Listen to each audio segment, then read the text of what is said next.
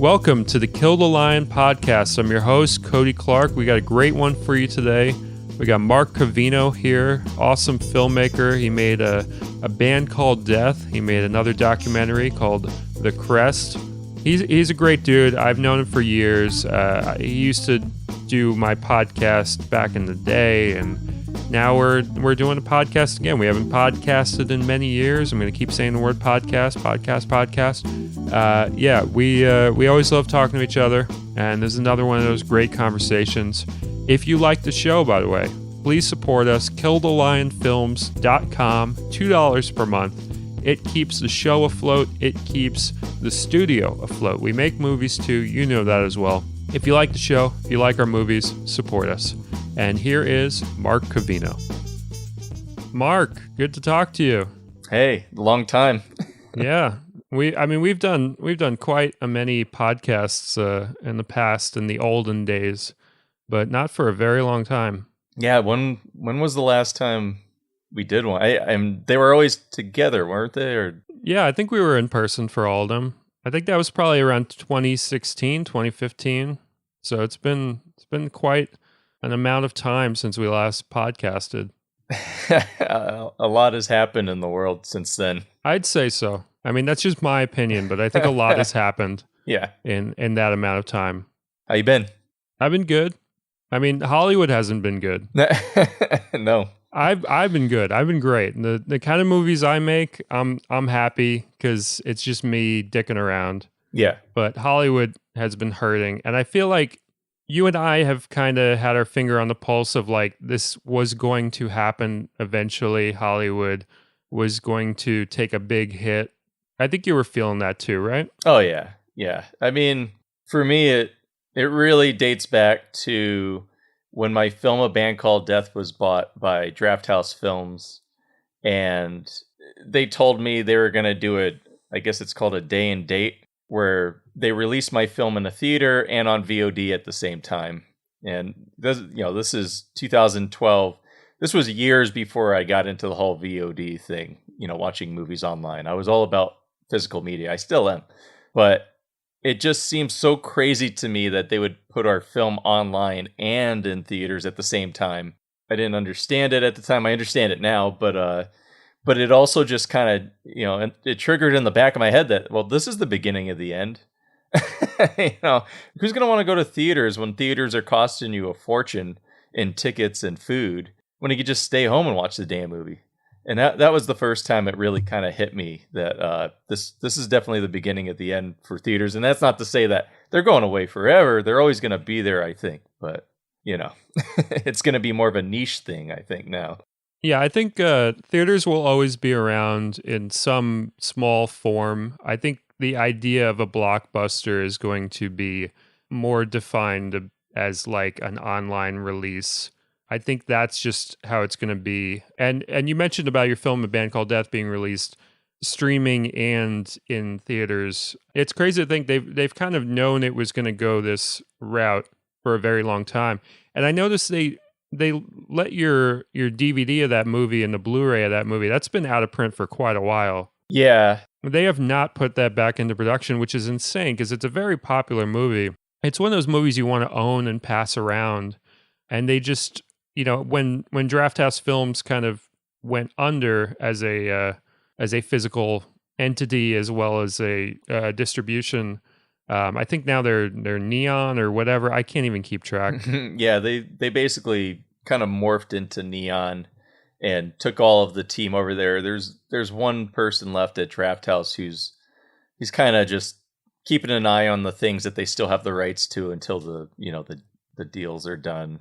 Our film actually comes back to us, I think, either this year or next year, and then we have to find a new home for it. But yeah, the DVDs they stopped producing pretty much around the time that Neon got created because they were done with Drafthouse Films division by that point. So it's a bummer. I was really hoping that they were going to grow, and I guess they are still growing because they're Neon now. But still, it's I thought it was cool that the brand was connected to the theater chain. Right. So is that something important to you for like, when you find a new home for a band called Death, do you want to make sure it gets a nice physical release again? I would love to have a physical release. I'm a physical media nut, so much so that uh, I'll collect movies, the same movie from different countries, because other countries have different features that aren't on the discs in America. And so, like, for a band called Death, because of that, I uh I would send different deleted scenes to Japan and different deleted scenes to Australia, and and other special features like specific only to those territories, so that if there wasn't a band called Death fan out there like me who likes to collect physical media, he's probably going to buy like all the discs. He's got a region free player or something. Probably like nobody in the world is doing that, but that was my goal. Yeah, that's it reminds me with like albums where like there'll be certain bonus tracks for certain territories, which is infuriating but also just like intoxicating as a fan of certain bands. You just want to hunt for the extra stuff. Now I remember like you having a bit of like a hunt for like certain editions of Deep Throat. Do you want to talk about that? Yeah, sure. I'm always down to talk about that. Please tell the pursuit of a very specific version of Deep Throat that you were hunting and the steps along the way that you had to take. So it really comes down to the score. I'm a huge fan of the original score for the entire movie, and at a very early age, I was able to, watch a VHS from probably the '80s that had the original early score contained in it.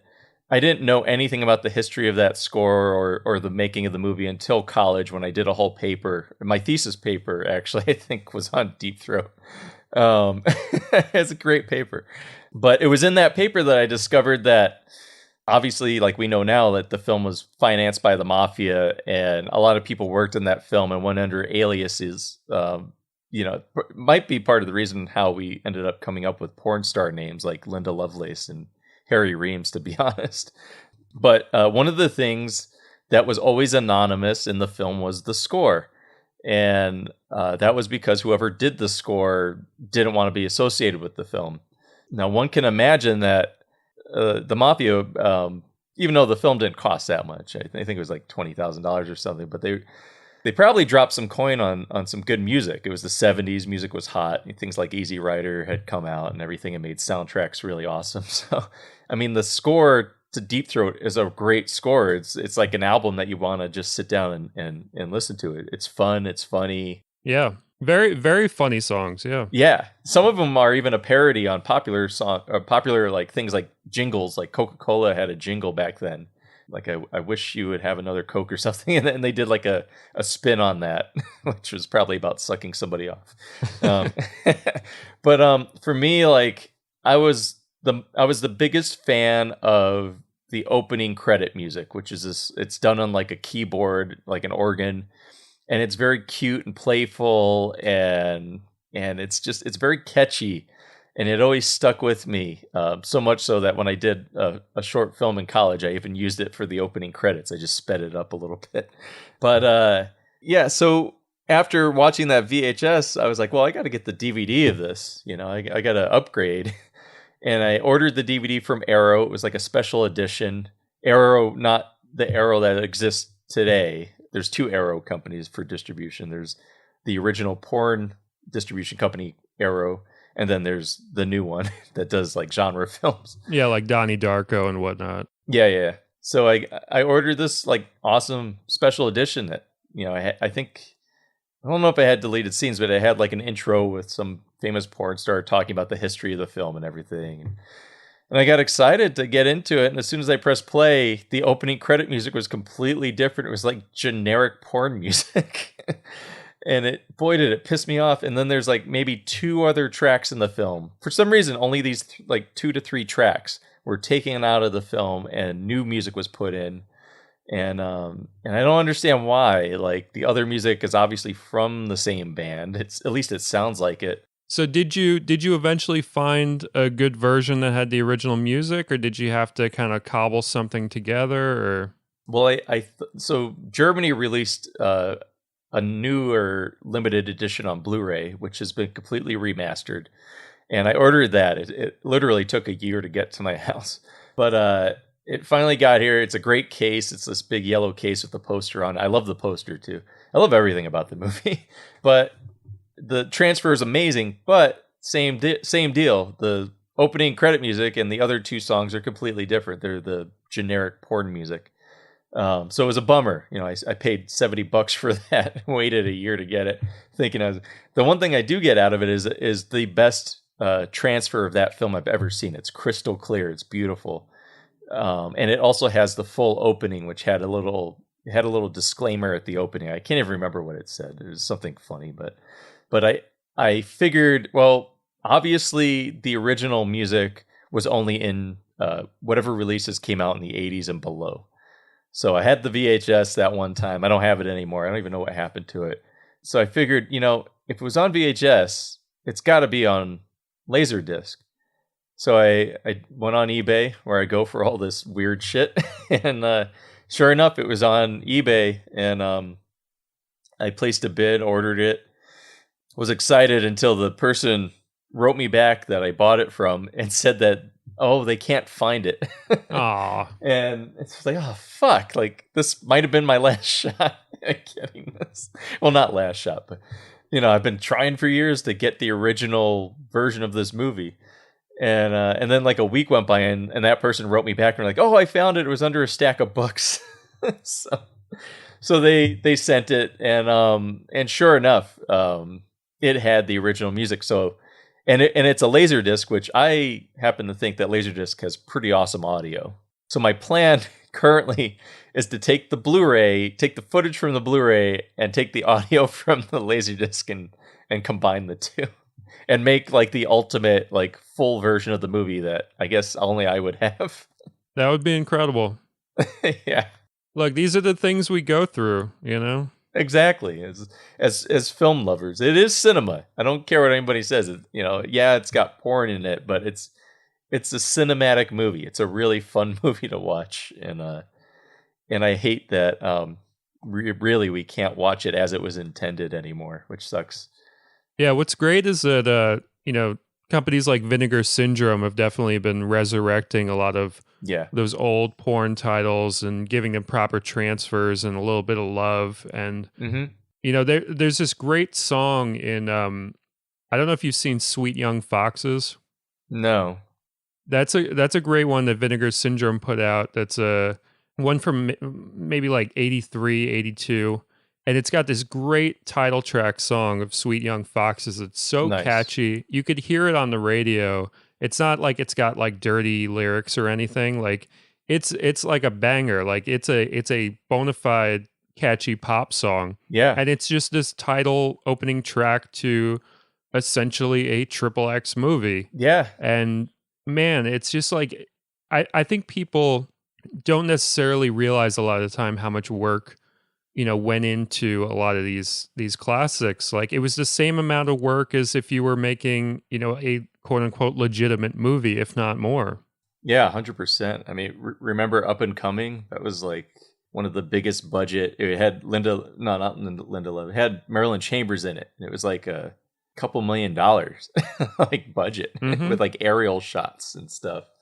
They really did put in the effort up until somewhere in the in the mid 80s. I mean, Boogie Nights is such a perfect example of the history of it. Yeah, and I wonder how many people would really know about that if not for Boogie Nights kind of drilling it into people's heads. True.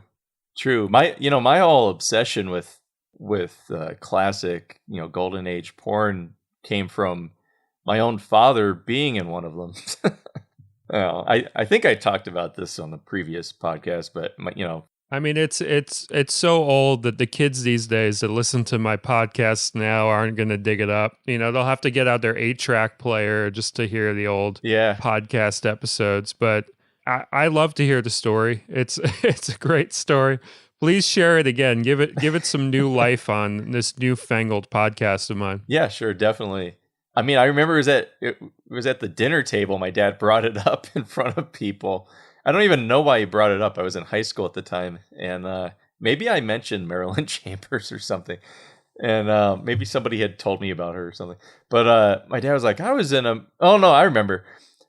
I was into horror films, and my dad was like, "Oh, I was in," and he said Wes Craven, but he really meant Sean S. Cunningham. But ironically, they both worked on this movie, by the way. But he's like, "I was in Wes Craven's first movie, Mark," and I was like, "What? Like Wes Craven? Like you didn't tell me this growing up." Like, I was a child of the '80s. Like Freddy Krueger and Jason were my boys, and they were my childhood heroes. These fucking serial killers, and and so he just told me, he's like, yeah, I was walking on the beach with my wife at the time. It was in Connecticut, maybe, or maybe it was Jones Beach. I can't remember. But he's like, we saw a film crew off in the distance, and we just were standing and staring. And at the time, my dad was like until the day he died, he was always a bodybuilder. So he's a very muscular dude, very good looking guy. And his wives have always been pretty. And one of the crew members, just saw my dad and his wife standing there staring, and they ran over to them, and it was Sean S. Cunningham, who my dad kept calling Wes Craven. And Sean S. Cunningham, my dad thought, oh, this guy's coming over to, see if my wife wants to be in the scene, because there's tons of pretty ladies in the scene. And the guy went right up to my dad and was like, your body's amazing. It's like, do you mind like just being in one little scene? You don't even need to act really. You just be yourself. It's kind of like, you're going to sit around in a circle. We're going to give you an actress who's going to play your wife, and a psychologist is going to ask you questions about your sex life, and you just have to, answer truthfully. And my dad was like, oh, okay, I guess. So they did that, and they gave him this very pretty woman who, has her top off in all of the scenes. And in the scene is my dad sitting around with a bunch of the other couples, and there's a psychologist asking everybody about their sex life. My dad has always been very religious and conservative, and he likes the ladies, and that's probably why he did this. But he definitely wasn't one to talk about his sex life out in the open too much. And the shrink finally got to my dad, and he asked my dad, he's like, so Frank, what do you think about oral sex? My dad, he just choked up. He didn't know what to say because he was so shocked that somebody would even ask him that in front of other people. And he just goes, well, that's a really hard thing to say. It's like, without even realizing how funny that sounds. Yeah, it's just a perfect line. Yeah. You could stay up all night and not craft something that perfect. Yeah, exactly. So it's a great line. And many years later, after he told me about that, I got obsessed with it. And I started collecting tons of memorabilia from that movie. The movie was called Together. It was directed by Sean S. Cunningham. It was the first feature that Marilyn Chambers was in just before Behind the Green Door. So it was literally like the movie before that. There wasn't really hardcore sex in this one. It was more softcore. And it was done like a documentary, but obviously like all the sex stuff was fake. I mean, not fake, but it was planned. It wasn't like a documentary where they're filming live things. And, Sean and Wes Craven and their team made it because that was how you got a movie made at that time. They figured, like people like sex. Sex is big. Let's make a feature that's all about sex. And we, they were doing documentaries up until that point. So why not make it a documentary? And that way people won't question why there's a boner in this scene or why this girl is completely naked doing backflips. Yeah, it's a great way to get around it for sure. Yeah. And that, of course, led to them realizing, well, horror is actually pretty hot. And so they went from that to horror. But my dad said, Sean was such a nice guy. This, Sean S. Cunningham, who my dad kept calling Wes, was such a nice guy and was a good director. He said, not that my dad would even know. But he also said Marilyn Chambers was super nice and kind. And there's a couple of scenes where she's just hanging out behind my dad. It's pretty awesome. I later tracked down the film. The only copy I could find was in Germany on VHS. And so it's all dubbed in German. My dad's dubbed in German with his line.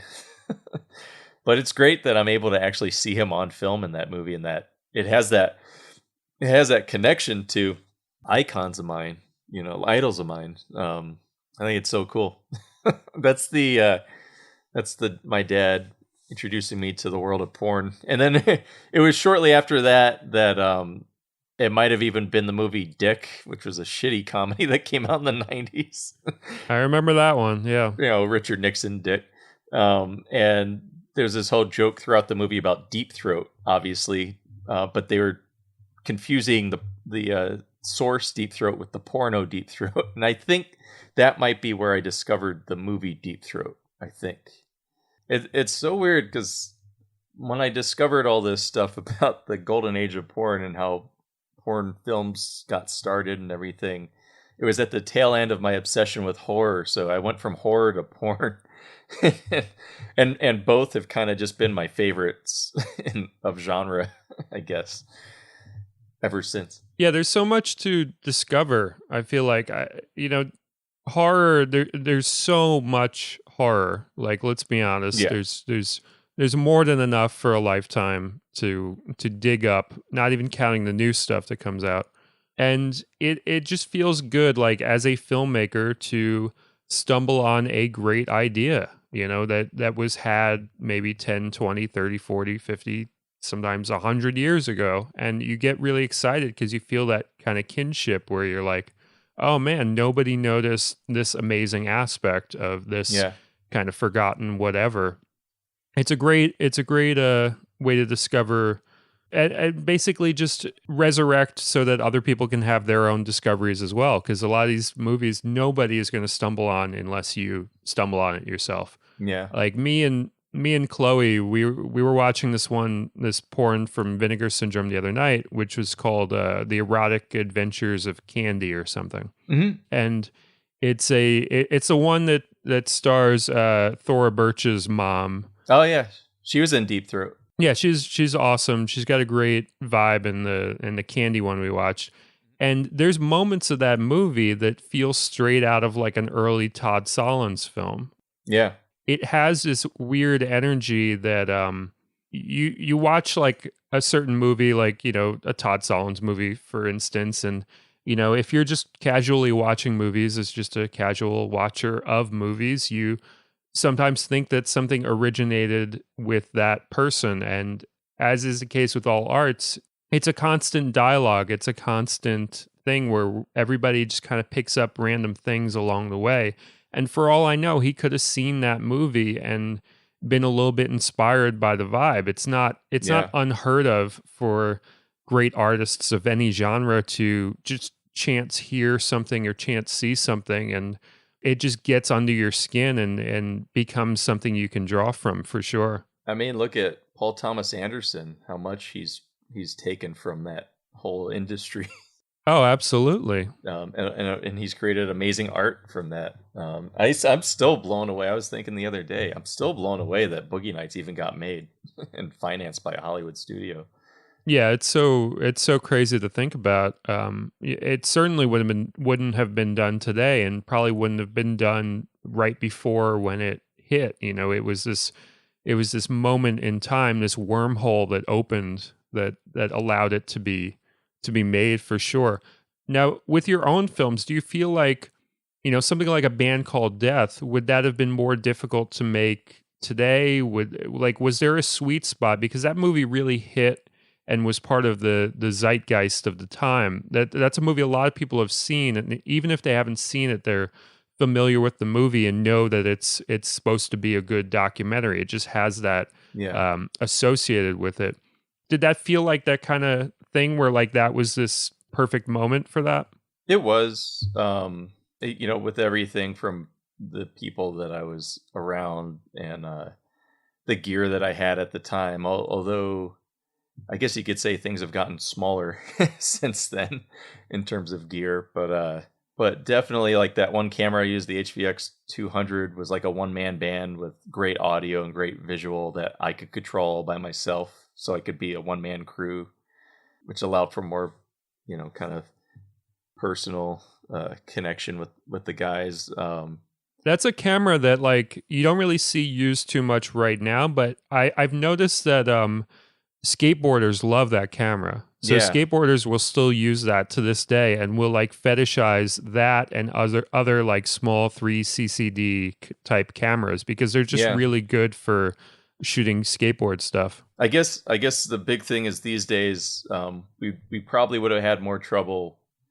By these days, I mean just past couple of years. If we didn't shoot it in 4K, and we didn't, we shot it in 720 back then, and even that was an issue. They were hoping that we had to up-res it to 2K, I guess.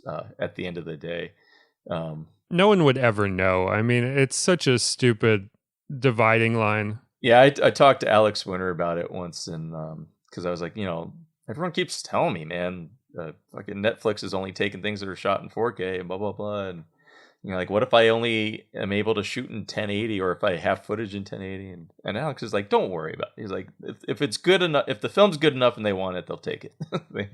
Yeah. I mean, have you heard the thing about that movie Life of Pi? Do you remember that movie, the Ang Lee movie? I do. That was 1080p.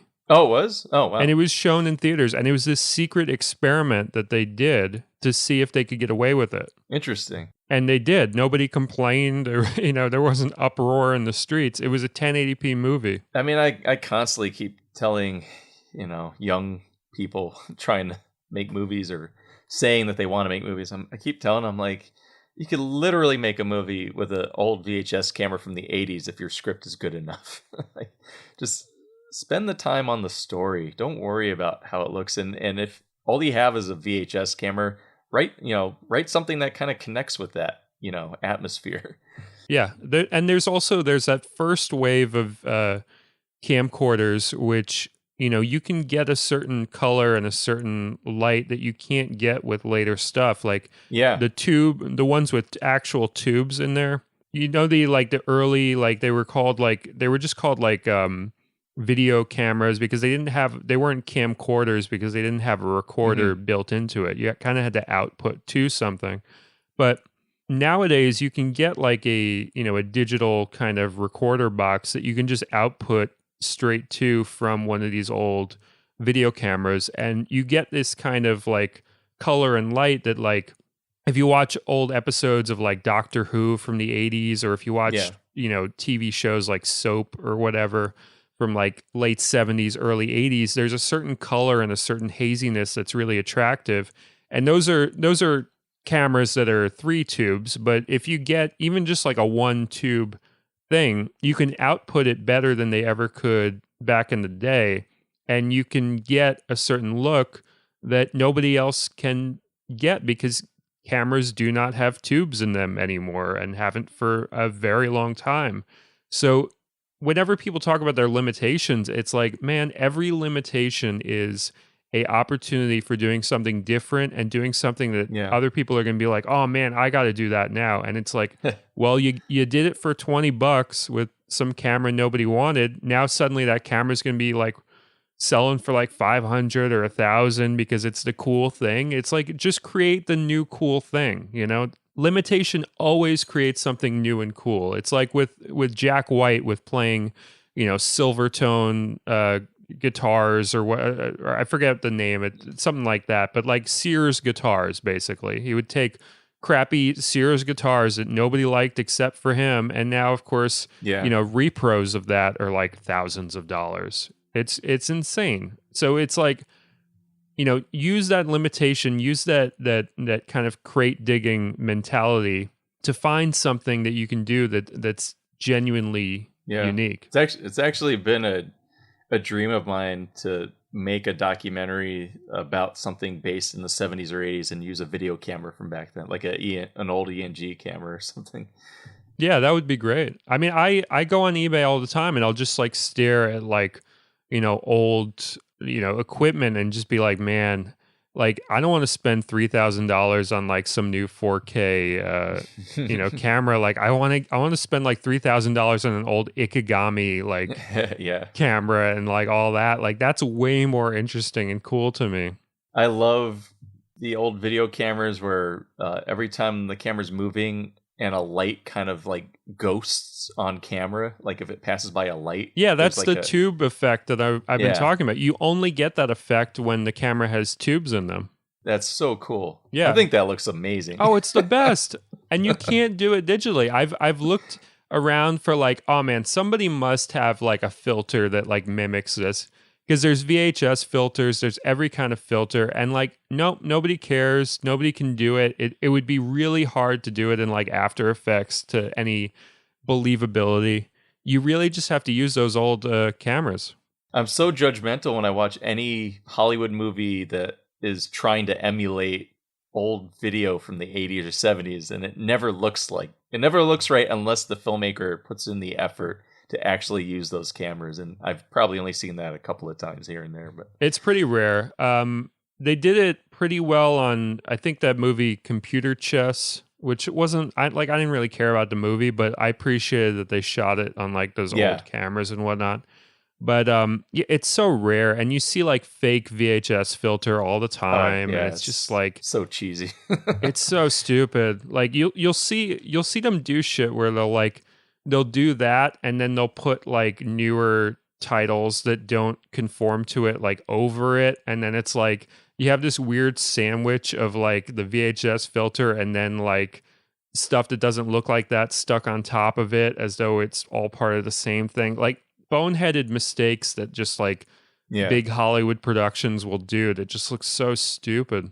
It's very circular in that like the less you have to work with, sometimes the better a chance you have of doing something authentic that like, bigger productions just cannot think to do, because the solution really is just get an old camera and run it through it or whatever. In A Band Called Death, they had some reenactment footage to film, and I knew I wanted it to look like, Super 8mm footage, so like from a camera that they could have had back in the 70s when they were practicing.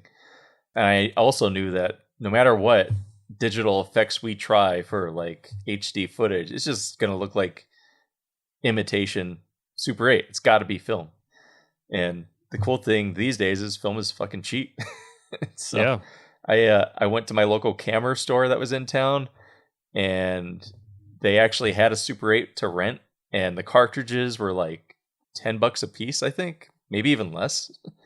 And I just went out for a day with like maybe 6 cartridges, and I just filmed the guys dressed as the death. I filmed the sons of death dressed as their father and uncle, and just filmed them all over town with just that camera, Yeah, God bless you for doing it real, man. Yeah. And it's funny because like Super 8 has kind of had a resurgence. Like I've noticed like on YouTube, there'll be music videos that are shot on Super 8 and like kids in the comments being like, how'd you do that effect? And whatever. And it's like, it's just, no, you just do it. You actually do the thing. And then you don't have to worry about it looking right. It'll just look how it looks. I've been around so many filmmakers like trying to think about how, oh man, I got this one scene, it's got to look like it was shot on the news in the 1980s. And, it's like thinking about all these plugins and everything and After Effects. I'm just like, dude, just track down the fucking camera that they used back then. You've gone through all this trouble. Yeah, and you can also like take like the lenses off of these old cameras. Like if you have like, I mean, there's an adapter for everything. Let's be honest. Like there's very rarely will you encounter a lens that you can't stick onto a DSLR or whatever in some capacity with some adapter. And with 3D printing, you could make your own if you find some oddball one that you can't find an adapter for. Theoretically, it can exist. Yeah.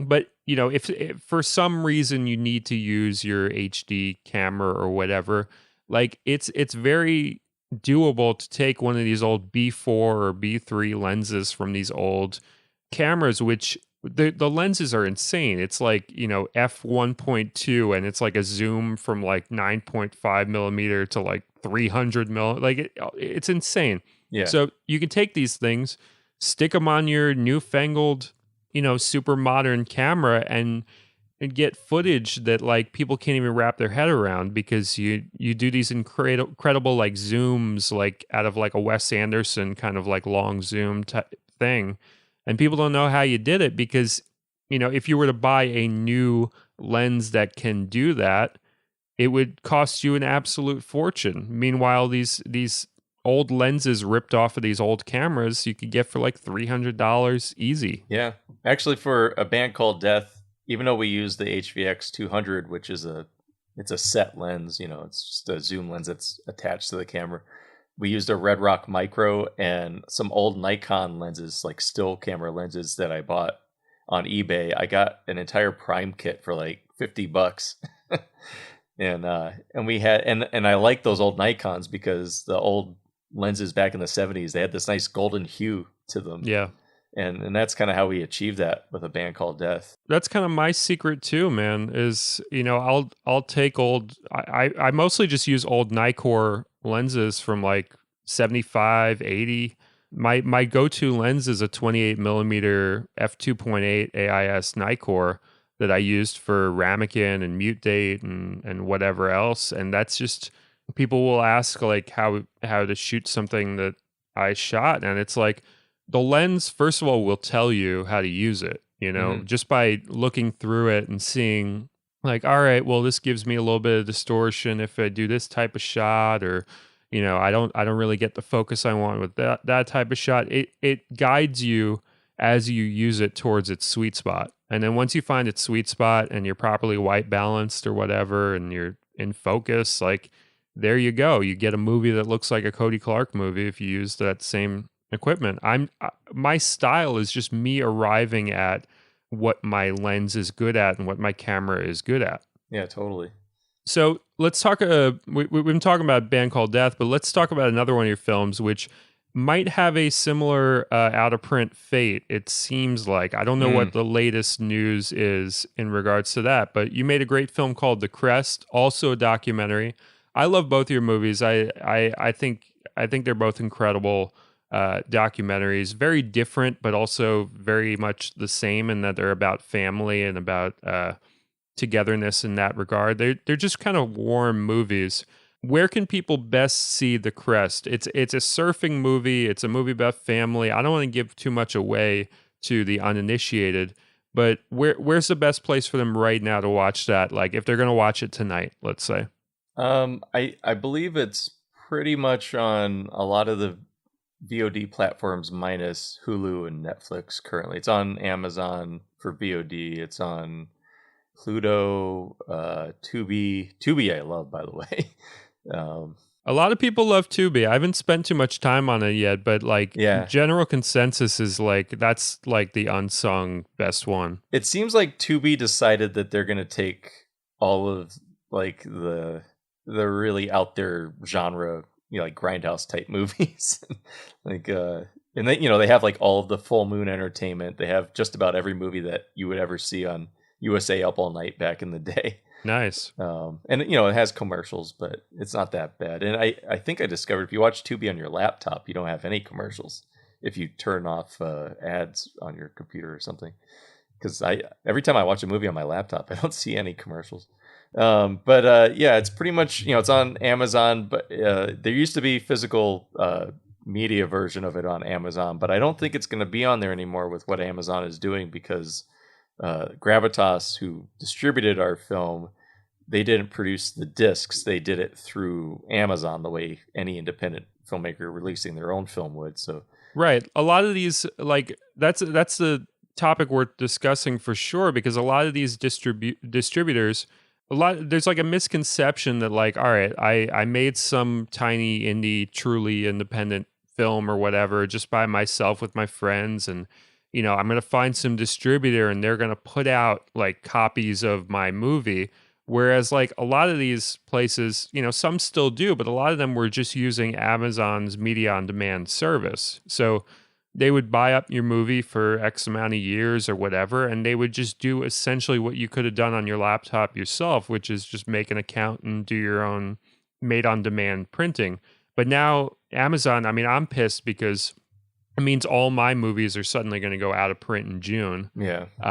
But a lot of these, distributors, it's the same thing. Like these movies are just going to disappear no matter what deal you had with them. They're, it's over. Yeah, it's a real bummer. I was actually just talking to my producer from the Crest today about all of this, and should we approach Gravitas? I assume now and see, if they're willing to give us the physical media rights back, because if they're not going to produce any physical media, because that was the only way they were, why not just give it back to us and like let us do it?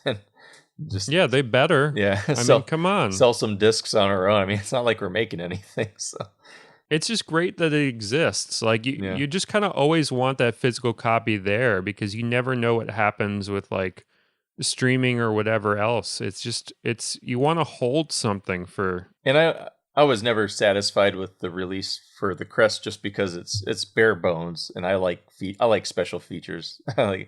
And my executive producer has actually just paid me to cut a bunch of deleted scenes of family members that didn't make the cut. So I have tons of content to throw on a special edition now. It's just a matter of like, well, if I do that, like, let's get the rights back so we could sell it and make money off of it. Yeah, so ideally you get the rights back for Band Called Death, you get the rights back for Crest, and we've got these like super duper like box set, like giant, like overblown packages where you've got like a Blu-ray, a DVD, a CD of the soundtrack, like all this craziness. It was a good thing that I saved those deleted scenes that I didn't put in America for, that I gave to all the other countries. It's a good thing I didn't do that, because now when we do a new release, it's going to have more footage than what was on the last one. Yeah. So I guess that was a good call on my part, even though the original plan was kind of stupid. So I want to ask you about, making documentaries. You've made two in the last, I don't know how many years, 10, 15 years or so. It's a very slow process, but it seems like it's exacerbated by the Hollywood system as far as getting stuff made. Mm-hmm. What's been your experience? I mean, because you're somebody, if it were up to you, you'd be making movies all the time, I feel like. Yeah. Oh, totally. Yeah. So what do you think slows it down? Because a lot of people that listen to this show are making their own stuff or want to, and they might have these ideas about the studio system as like the legitimate way to go or whatever. What's been your experience as far as trying to get stuff made that way? The past, I guess, since A Band Called Death was released, but I've learned a lot about the business end of the film business, I guess, and it's really discouraging when you see where it's gone and where it's going, and they really like. I've always wanted to be a filmmaker who makes films for Hollywood. Like, that's always been the dream for me. I wanted to make films for Hollywood, but we're also like films that kind of, push things like Boogie Nights or like Fight Club, those days are long gone. Like, I don't think we're going to see content coming out of Hollywood anymore like that. It's all going to be comic books or, big budget spectacles, whatever movie they let Christopher Nolan make. Yeah, it doesn't. I mean, maybe the Safdie brothers can squeeze a couple out. Like more. That's a good example. But like other than that, I mean, even great guys like Sean Baker or whatever. Yeah, like they have a really hard time getting stuff out too. It's really sad how much they just don't care out there. I mean, I'm not going to talk about the film, but my current film that I've been on for 4 years trying to find money for, it's been impossible. I spent this past year pitching every major studio all over the world, like every major studio in Hollywood and Europe, and everybody said no. And it became pretty obvious that these gatekeepers, they have their own internal projects, and that's all they care about, and they have their own homies, and that's all they care about. The Safdie brothers are a good point of how there's great artists being able to like figure out the system and get in there. But they're also, lucky enough to, they made that first film that really convinced A24 to just be like, yeah, we're going to finance every single one of your movies. There aren't that many people outside of them that they're going to do that for. Like there just aren't that many seats at the table other than the ones that have been filled for ages. That's by the suits. problem. Yeah. And even me with like A Band Called Death and having, the help of Scott Mosier as my producer on that, and like, that doesn't mean anything. It really doesn't.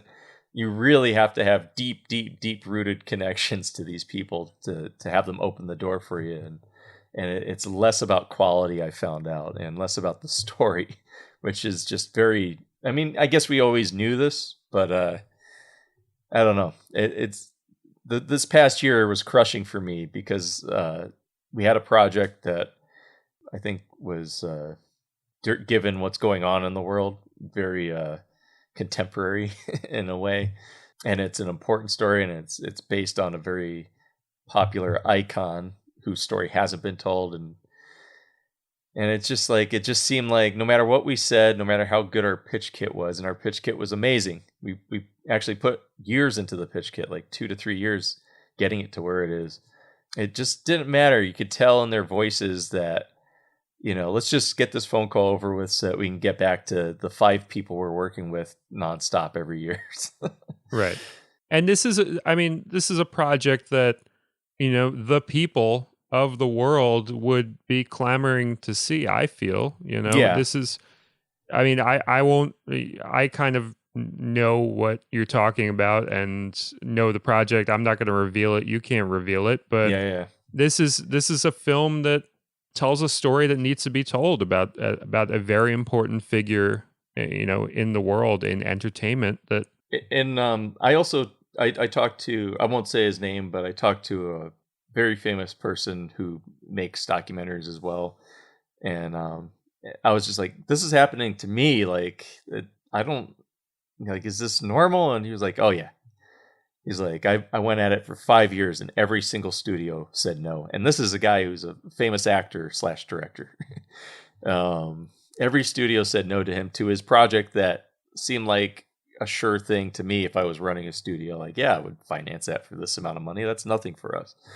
And he ended up having to just find private equity at the end of the day to make it. But that allowed him to make it actually his film as opposed to their film. Like he had a lot more creative control that way. That's where I think I am with this film. I think the only way to make it is through private equity, but there's a whole bunch of other dramatic issues with this current film. But yeah, it's very discouraging to see, and it is inspiring to see people who are able to just keep making films and not care about getting their film picked up by one of these places or getting their film financed by one of these places. But the kind of films that I constantly want to make just require a lot of money. It sucks. Yeah. It really does suck. I could just go back to the Band Called Death days and just grab my camera and go out there and do it all on my own. But boy, was that a struggle for 5 years to get that film done. Yeah, it's a genre that takes such a long time. Yeah. More time than people realize, because they spend 90 minutes with it and you spent 4 or 5 years with it. Exactly. And those 4 or 5 years don't have to be that long if you have a budget, Right. Like if you're able to pay people to do the 1,000 different jobs you got to do, from, archive to shooting to sound to, just meeting people and talking to them and learning things, and then going on like a private investigator and like digging in, and all of that could be done very quickly with a budget and with many people hired and getting paid to do it. That poor guy that made Act of Killing spent 9 years on that film, and people see it now and they don't think about that. It's just like, wow. Yeah, nobody really thinks about it. It's kind of beautiful because you want them to have an experience divorced of all that you went through. Mm-hmm. But at the same time, then they expect, all right, then tomorrow I should be able to watch another couple of films by him as well. And they don't understand, the craziness of the studio process and all that. Yeah. And just there's just so much bloat with Hollywood, and like the amount of money that you would really need to do what you want to do with your next projects. We're not talking about you're trying to make like Avatar or something. Exactly. We're talking about like a shaving of a shaving of a shaving of like, as far as like a budget of what you're looking for. I think a major factor in why it sucks now is because of the oversaturation of what's out there. With these studios, they're thinking, well, I don't need to finance this film. There's like 100 kids behind this kid that made these other films. We could just pick these up for a couple of pennies, which is what they're doing. They're picking these films up for pennies. Not to get into numbers, but the Crest and A Band Called Death weren't bought for a lot of money, considering what went into them. And it's getting worse. A friend of mine, just sold his film recently for $1,200 and the company owns it for 10 years. Oh man. But that's what they're paying, and some of them are asking them. Some of these distribution companies are just being like, just give me your film for free. You want exposure, we'll give it to you. But then what comes with that is they just take your film and they put it in with a bunch of like 400 other films, and then they sell that bundle to all these VOD platforms for a set price. And you're barely making anything then, because your film's getting swallowed with 400 other films, and they don't put any effort into marketing and P&R or advertising. They don't do that at all for any indie people anymore. That's all on you. The only films that they ever promote now are films with movie stars in them, or films that are like very popular in the festival circuit, like a film that won Sundance per se. But outside of that, it's all on you. You got to hire your own PR team, or at least do a grassroots effort, and that's not easy.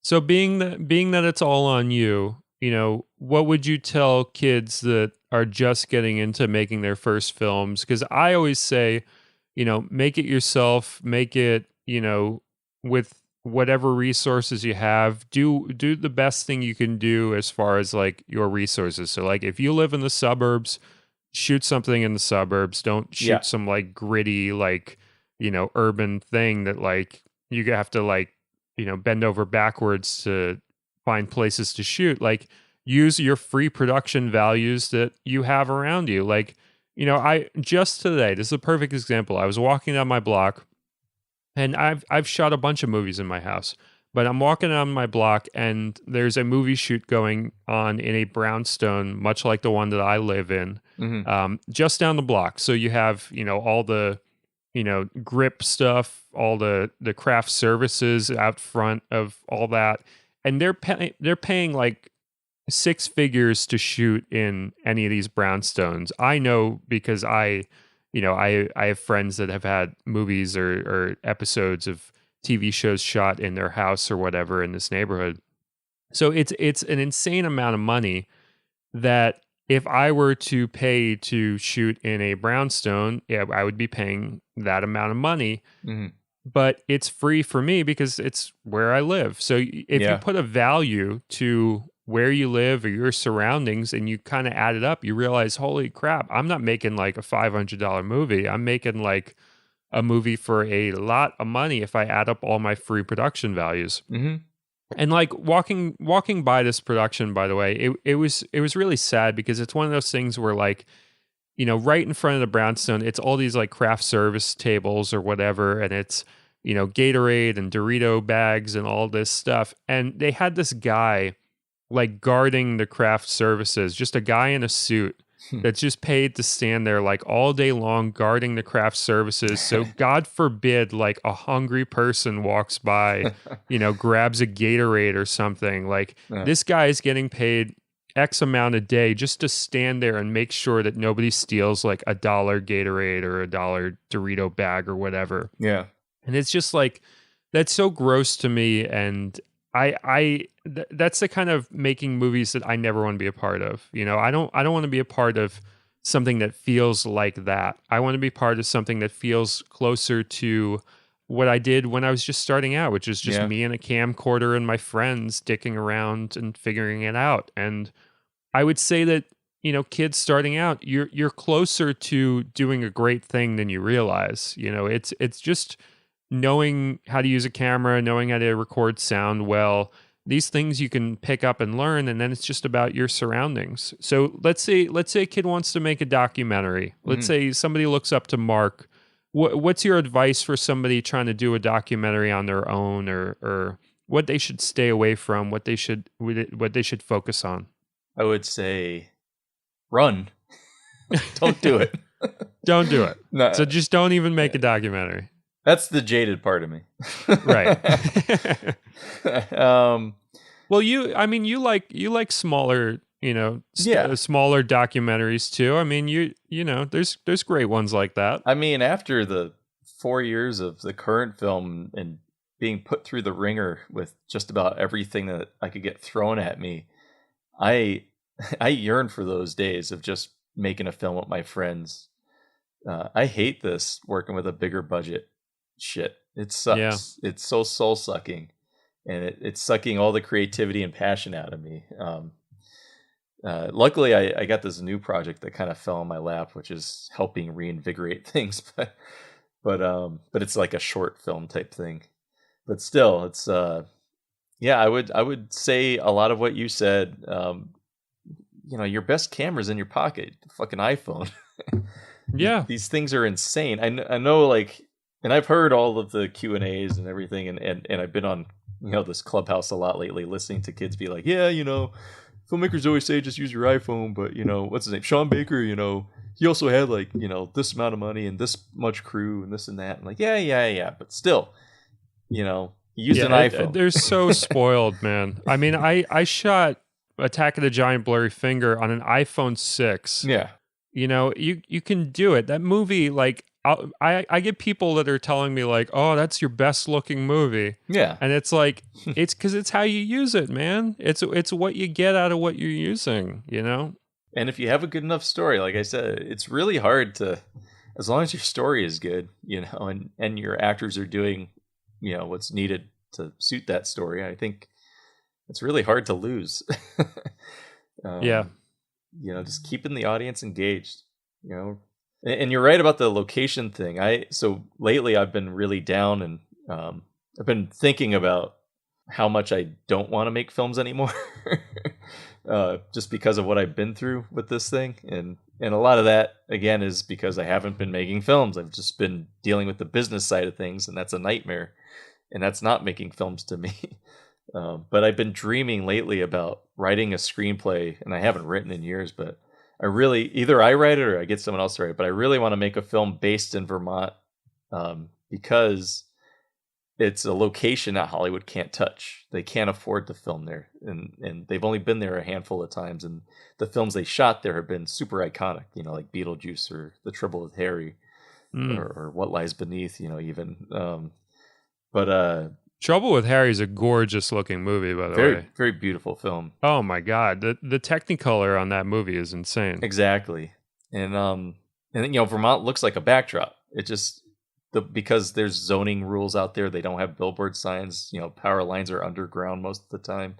Most places, I mean, and the scenery, like in the fall time with foliage, and the houses are from the 1800s, so you could do a period piece.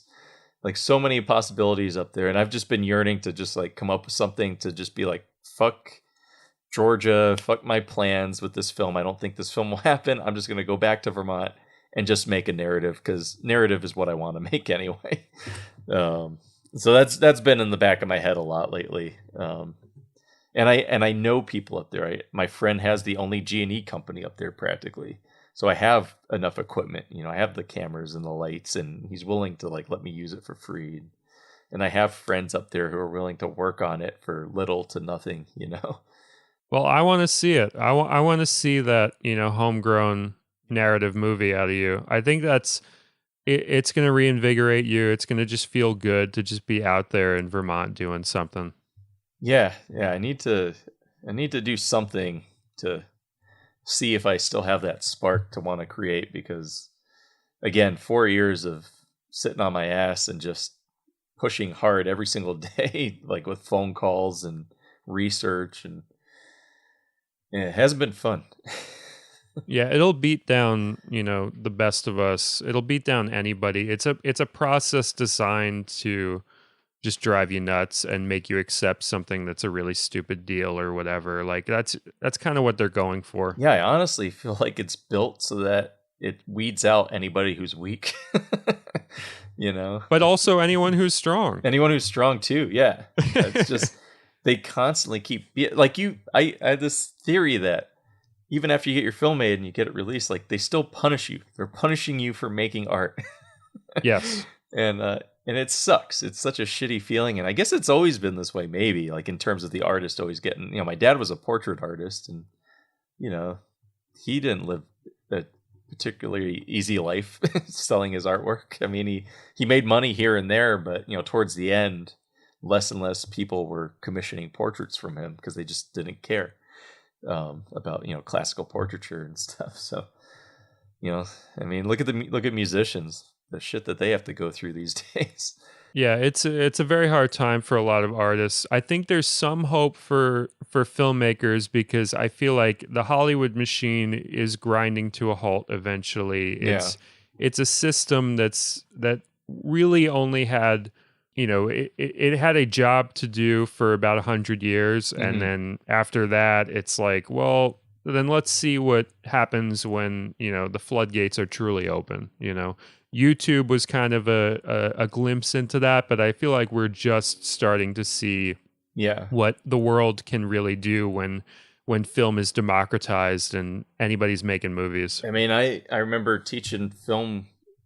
I taught at a film college in Vermont for a year or two, and I asked my film, I think it was film production two. I asked my film two students, what kind of films do you want to make? What inspires you? And almost all of them said YouTube videos. Yeah, That's all that it's mattered. it's understandable. Like, I mean, like I get like a lot of stuff on YouTube's just like, for lack of a better term, content. It's just like it fills time. It's people opening up toys or whatever. Yeah, it's whatever. But luckily there's people that break through on YouTube. My friend Joel Haver has been doing incredible stuff on YouTube and Hmm. has been he's close to 1 million followers now, and he's a guy like me or you who's just making good quality shorts and stuff where it's like he's a pure artist, Yeah. and he's doing well on that platform despite the platform. So Hmm. people that come across his stuff, they're so glad to come across it because it shines through. Yeah. I'm actually a big fan of YouTube now. I wasn't back then. Yeah, um, it comes and goes. I was really sour on YouTube for a while, and seeing the success of him and a couple other guys that are doing just like honest to God art. It's very inspiring. I just threw 4 of my films up on YouTube for free yeah. for people to watch because I don't care anymore. Fuck Amazon. They're screwing me, so hard with this physical media thing that, like, I don't want them to make any money off of my stuff. If my stuff is on Amazon, great, but I want them to make as little as possible off of it. And I'm fine with people watching my movies for free now. That's where I'm at with it right now. Yeah. My buddy Andrew Bowser, who's kind of popular for being associated with Nerdist, but before he started working for them, he made this movie called Worm, WORM, and the whole movie is black and white, and it's a body mount camera facing his, like, medium shot of his face and shoulders, and the whole film is that, and it's one of the most engaging films I've ever seen that's like that. And it was one of the first I've seen like that. I haven't seen many like that. Like Hardcore Henry is, I guess, one where the camera's always on the guy, but this was facing him the entire time. And so, like, you're hearing things happen, and then you kind of get glimpses of things as he turns around. And a really intense film that is quick and to the point. It's like 80 minutes. And I swear to God, this to me was like revolutionary when I saw it, because there's only one cut in the whole movie. Everything else is like one continuous take. So 2 long continuous takes, and the cuts when he jumps into a river. you know, like literally he jumps into a river because he's the director, but he's also playing the main character. It's so good. And I tried so hard with all the connections I made from A Band Called Death to sell it to people, but nobody cared about it. And I tried, but I assumed he finally got distribution somewhere, or maybe even through the Nerdist. But yeah, a couple of years later, he just threw it on YouTube. It's just, like, no one's gonna buy it, no one's gonna release it, so fuck it. Like, I want people to see it. Yeah, and you never know who's going to see that and then be inspired to make something else that's groundbreaking and cool. Like I've been really happy to see the few comments I've gotten so far, because I don't think people realize my stuff's on there for free yet. But like the people that have checked it out, it's a different audience than the people that would check it out on Amazon. It's more of a Hmm. homegrown people that want to do the kind of thing I'm doing audience, where they check out my stuff and they're really interested in what I'm doing. So it's reaching a different audience for sure. So I don't know if you've heard the other episodes yet, but we always close out the show with a little segment I call Stupid Questions. where I just come up with the stupidest questions I could possibly ask you, and that's just kind of our segue out of here. So if you are down to answer some stupid questions, I will definitely give you some stupid questions. I've been asked nothing but stupid questions my entire life. All right. So my first stupid question, okay? Now let me preface this. I know these questions are stupid, okay? Okay. You know, I'm asking them because I know they're stupid, but they serve a purpose too. So my first stupid question will be, hey man, do you know there's like another band called Death, right? You know there's like two bands called Death, right? Yeah. Yeah. That's a question. Yeah. That's a question. Did you know that? Did you know that there's another band called Death? I did. Yeah, there's a death metal band. And yeah, we kind of butted heads briefly when our film came out. That's a great stupid question. By the way, that's a stupid question that I asked our producers when we were making the film, when they were trying to name our film A Band Called Death, because I didn't like that name at first. I was like, you guys do realize there's another band called Death out there. If I was the metal band, I would have done a documentary called like Another Band Called Death. Oh, that would have been awesome. That would have been great. And I would have hired you to do it. Yeah. I know. I'm kind of I think they did make one. They made a doc, and I'm kind of pissed that they didn't ask me. Yeah. But I thought that would have been funny. So that's the first stupid question. Second stupid question. Okay, so like when you made the Crest, did you have to like buy the rights to like the word Crest because it's like was that okay that you could use Crest because that's like a product, it's like a company? Yeah, we had many business meetings with the toothpaste company, and we agreed that as long as we show one shot of somebody brushing their teeth in the movie, we're good. So see, that's good to know for the filmmakers out there. You know, if you want to call your movie Crest, that's the kind of thing you have to deal with. People learn things on this show. Yeah. Those are great. Yeah. Stupid questions. I told you. All right. So, Mark, it's been great talking to you again. I love you, buddy. And I hope everybody listening at home checks out your movies if they haven't seen them already. The Crest, A Band Called Death. These are great movies. This is a great guy. And where can people find you on the internet if they want to like harangue you with more stupid questions, or if they want to reach out to you and let you know how much they like your stuff? What's the best way to reach you? Well, I'm on Twitter. I'm double checking my my name on Twitter because it's been a while. It's at Mark Covino, so MarkCovino. I'm also on Instagram, which I believe is at M Covino, so just my first initial and then Covino. And then I'm on the Clubhouse if anybody's on there. I've been having fun on there lately. But I keep forgetting to sign up. I have a couple invites from people, and I just always forget to sign up. But I hear people are having really good discussions on there related to film. Yeah, and other things too. I've been in a couple of health and wellness discussion rooms, and I was in a great discussion room on cancel culture. And what I love about Clubhouse is it seems to weed out all of the trolls, or most of the trolls. Like nobody's like yelling at another person. Like they're all just having a very serious, in-depth conversation and coming to an understanding of both sides by the end of the conversation. It's really awesome. That's great to hear. That's what you want out of yeah. So if something new is going to come out, you don't want it to be the same old bullshit, social media, angry mob kind of stuff. You want something that's a little bit better. Yeah, I really do enjoy it. You can fall down a rabbit hole for sure, and that's dangerous. I mean, there's some chat rooms that you could just sit there and veg out listening to for hours and hours. But yeah, a lot of great conversations going on. A lot of amazing guests like Shane Black and Tony Kaye, and David Spade was on the other night. David Spade was on for the first time. He started with like a couple hundred followers, and within 10 minutes he had over 1,000 and like 1,500.